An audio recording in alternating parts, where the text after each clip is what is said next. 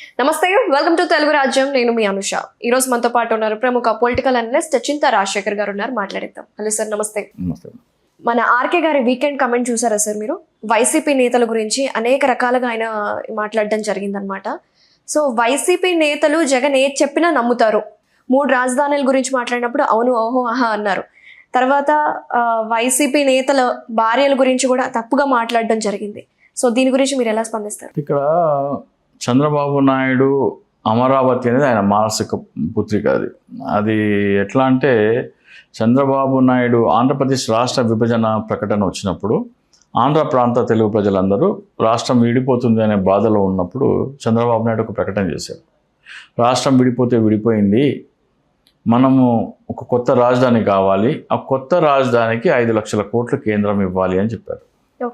రాష్ట్రం విడిపోయిందని బాధలో ప్రజలు ఉంటే ఈయన కొత్త రాజధాని కావాలి, దానికి 5 లక్షల కోట్లు కావాలని అడిగారు. సో ఆయన నోట్లోంచి ఒక ఫిగర్ వచ్చింది, 5 లక్షల కోట్లు.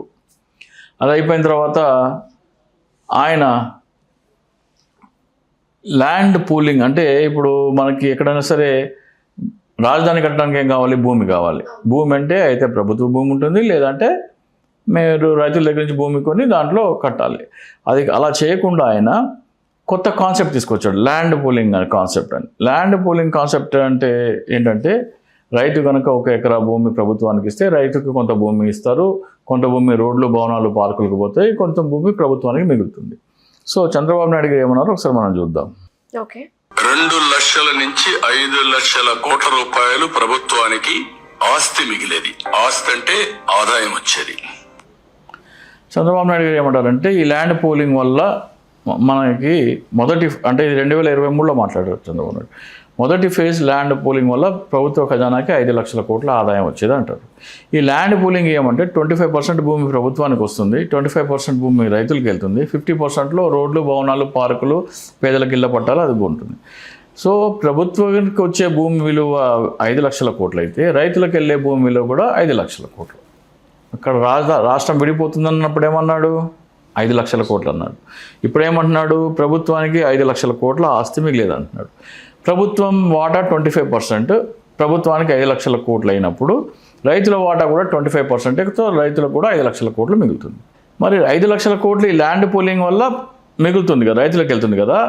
అది ల్యాండ్ పూలింగ్ కాకుండా మీరు రైతుల దగ్గర నుంచి నేరుగా భూమి కొంటే ఎంత అయ్యేది అనేది ఒకసారి కంపేర్ చేసుకోవాలి. కంపేర్ చేసుకుంటే ఆ రోజున అక్కడ ఎకరా భూమి 8 లక్షలు, 10 లక్షలు, 12 లక్షలు.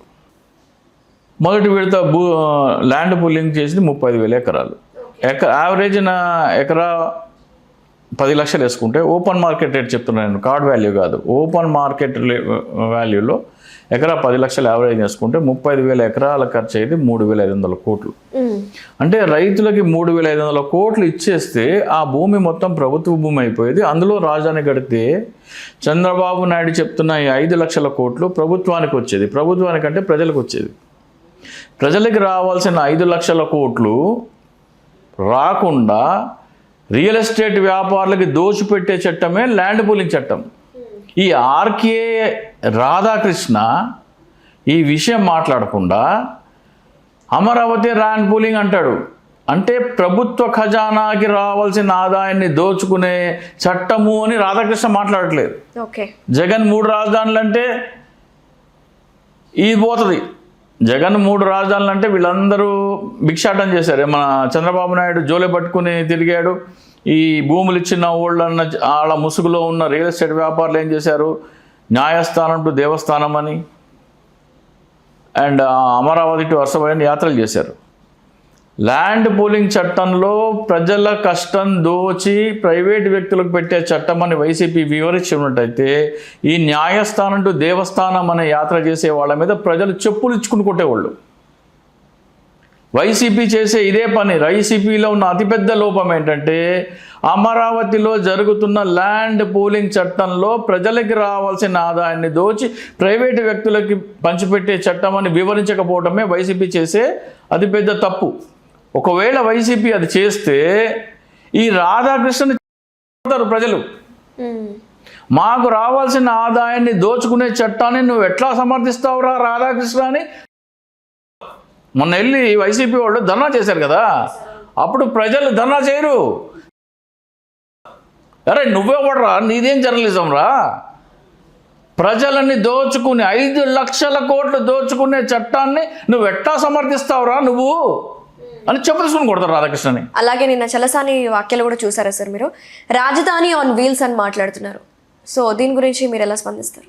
అంటే కొంతమంది ఎట్లా మాట్లాడతారంటే, చంద్రబాబు నాయుడు ఉసుకో అంటే కొన్ని మాట్లాడతాయి.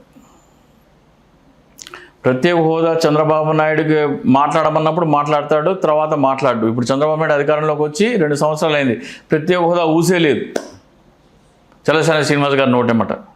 సో చంద్రబాబు నాయుడు ఉసుకో అంటే మాట్లాడే వాళ్ళే వీళ్ళందరూ, చలసాని శ్రీనివాస్ వీళ్ళందరూ.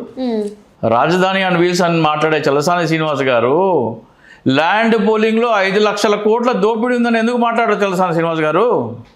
అంటే రాజధాని కమ్మగా ఉందా చలసాని శ్రీనివాస్ గారు? మీరు రేణుకా చౌదరి గారు అన్నారే అమరావతి లేదా కమరావతి అని, రాజధాని కమ్మగా ఉందని మీరు అంటున్నారు. ఆ మాట 5 లక్షల కోట్ల దోపిడీ గురించి చలసాని శ్రీనివాస్ ఎందుకు మాట్లాడు? ల్యాండ్ పూలింగ్ చట్టం తీసుకురాకుండా రైతుల నుంచి నేరుగా మార్కెట్ నుంచి, ఆ రోజున ఓపెన్ మార్కెట్లో 10 లక్షలు అయితే ఎకరా 20 లక్షలు ఇచ్చి కొన్నా కానీ 7,000 కోట్లతో 35,000 ఎకరాలు కొనొచ్చు. మరి చలసాని శ్రీనివాస్ గారు ఈ విషయం ఎందుకు చెప్పరు? జగన్మోహన్ రెడ్డిని ఎగతాళి చేయడానికి రాజధాని ఆన్ వీల్స్ అన్నారు కదా. ఒక రైలు పెట్టెలో సెక్రటేరియట్, ఒక రైలు పెట్టెలో హైకోర్టు, ఒక రైలు పెట్టెలో అసెంబ్లీ పెట్టి రాష్ట్రం అంతా తిప్పుదామని చలసాని శ్రీనివాస్ గారు. ఆంధ్రప్రదేశ్ ప్రజలని దోచి 5 లక్షల కోట్లు ప్రైవేట్ వ్యక్తులకి దోచిపెట్టే చట్టం అని ఎందుకు మాట్లాడరు మీరు?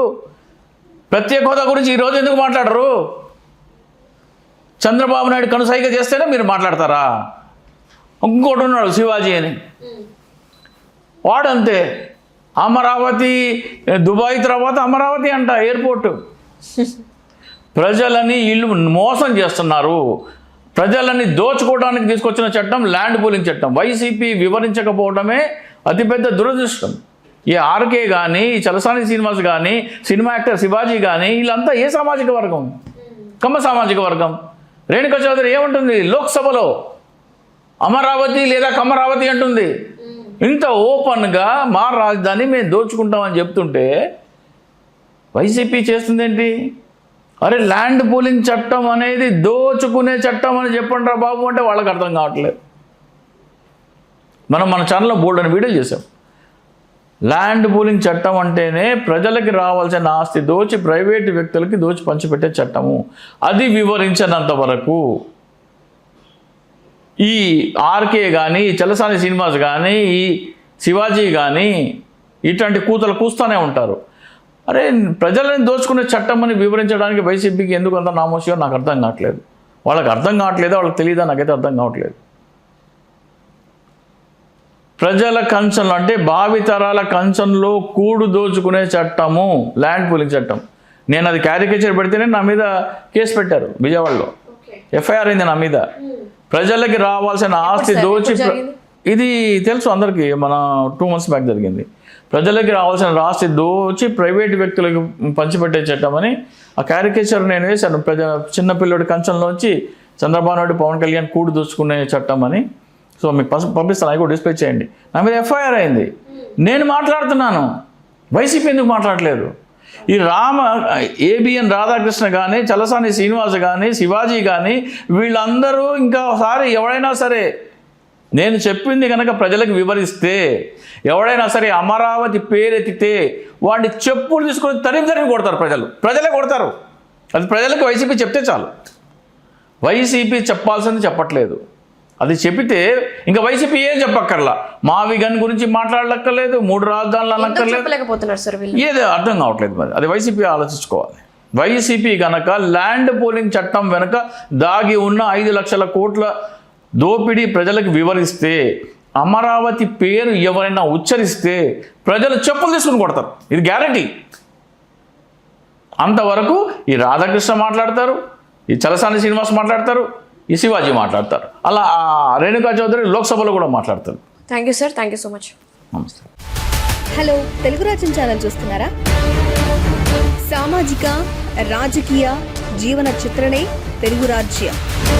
అతిశయోక్తులు అసత్యాలు ఉండవు. రాజకీయ కోణం కాదు, ప్రజా కోణమే కొలబద్ద. తెలుగు రాజ్యం వీక్షణ మీ ఉత్తమ అభిరుచికి నిదర్శనం.